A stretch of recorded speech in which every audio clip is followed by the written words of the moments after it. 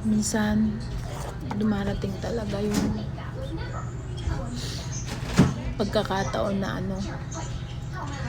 na kahit gaano natin kamahal yung isang tao, darating at darating talaga yung time na we need to let them go,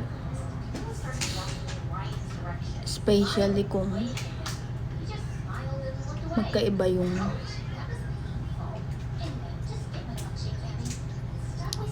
yung way ng buhay na gusto nyong gawin.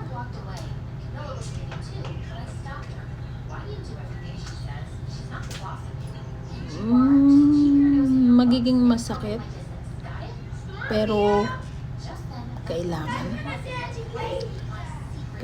natin tanggapin na kailangan natin magparaya,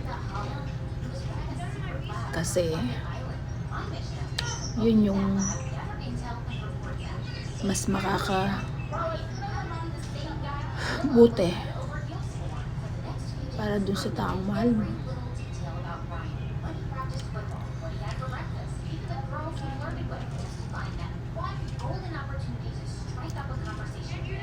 Hindi lahat ng naghihiwalay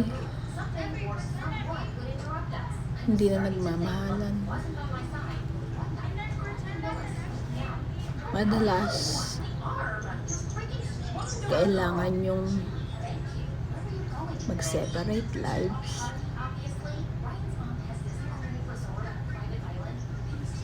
para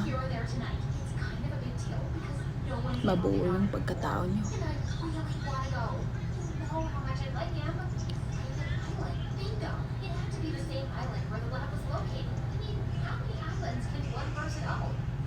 Kapag dumating yung araw na yun, sana wala akong ibang hiling kundi ang maging masaya siya.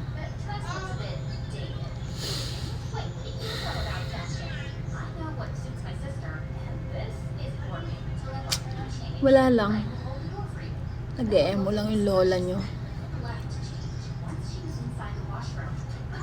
Kasi sa dami ng mga pinagdaanan ko sa buhay ko,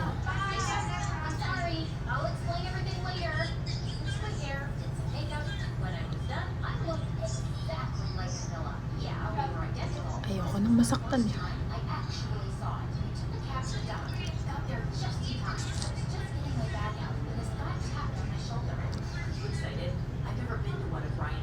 Hanggat kailangan niya ako, andito lang ako.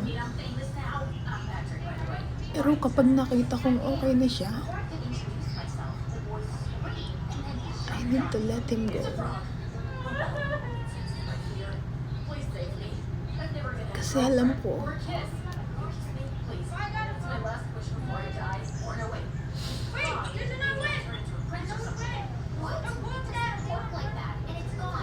hindi ko kayang sumama sa taas ng pangarap niya. Dahil simpleng tao lang ako.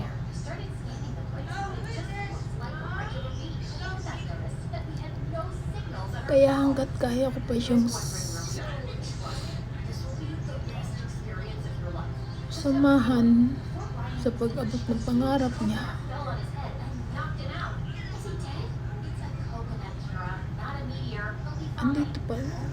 andito lang ako. Pero pag alam ko na okay na siya, I need to let him go. Oh my god, what am I doing here? Who are you? Why are you sunbathing next to me? Haha, very funny. Stop the games and let's go to this resort. That's life. Okay? Or do I? That's life.